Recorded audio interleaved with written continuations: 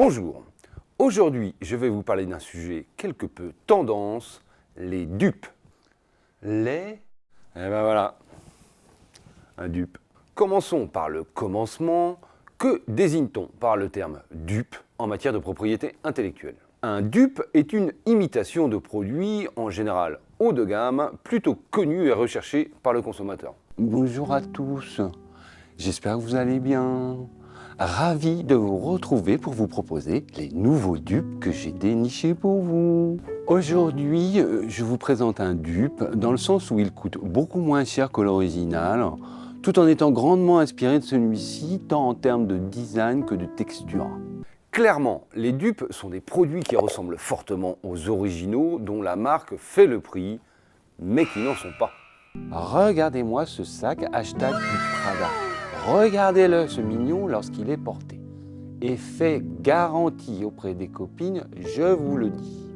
Un dupe intelligent, c'est le fruit d'une inspiration. En gros, le fabricant de dupes s'inspire des produits de marque et y appose la sienne. La volonté du fabricant de dupes est alors de se placer dans le sillage du titulaire de la marque, sans toutefois reprendre les éléments identiques de celle-ci.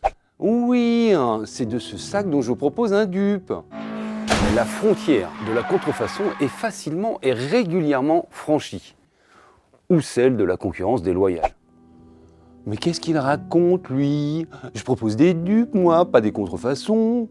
Rappelons que la contrefaçon se définit comme étant la reproduction, mais aussi l'imitation d'une marque ou, plus généralement, l'utilisation d'un droit de propriété intellectuelle sans l'autorisation de son propriétaire, qu'il s'agisse de marque, mais aussi de brevets, de dessins et modèles ou de droits d'auteur.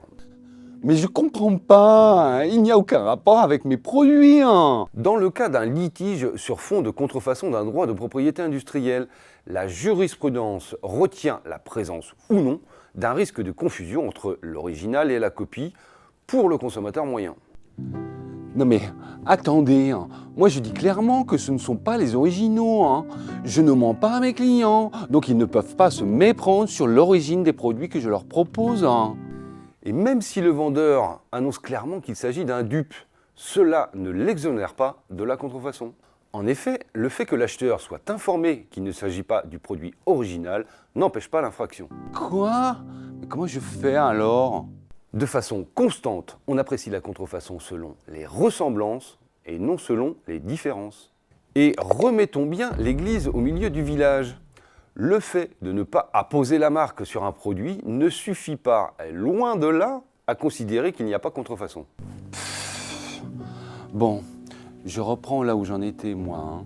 Je disais, aujourd'hui je vous propose ce sac. De la même manière, une tendance se développe sur les réseaux sociaux s'agissant d'utiliser un hashtag dupe attaché au nom de la marque. Une telle indication que le produit est un dupe avec l'inscription de la marque authentique est en soi la reproduction et l'utilisation d'une marque sans l'autorisation de son titulaire, ce qui constitue un acte de contrefaçon. On m'aurait menti. Eh oui ma petite dame, comme quoi on entend tout et n'importe quoi sur les réseaux sociaux. Alors, pour toutes ces questions concernant la propriété industrielle, faites appel à des experts. Et consultez la chaîne YouTube de l'EJLC. Mais bon, je suis pas sûr que ce soit suffisant.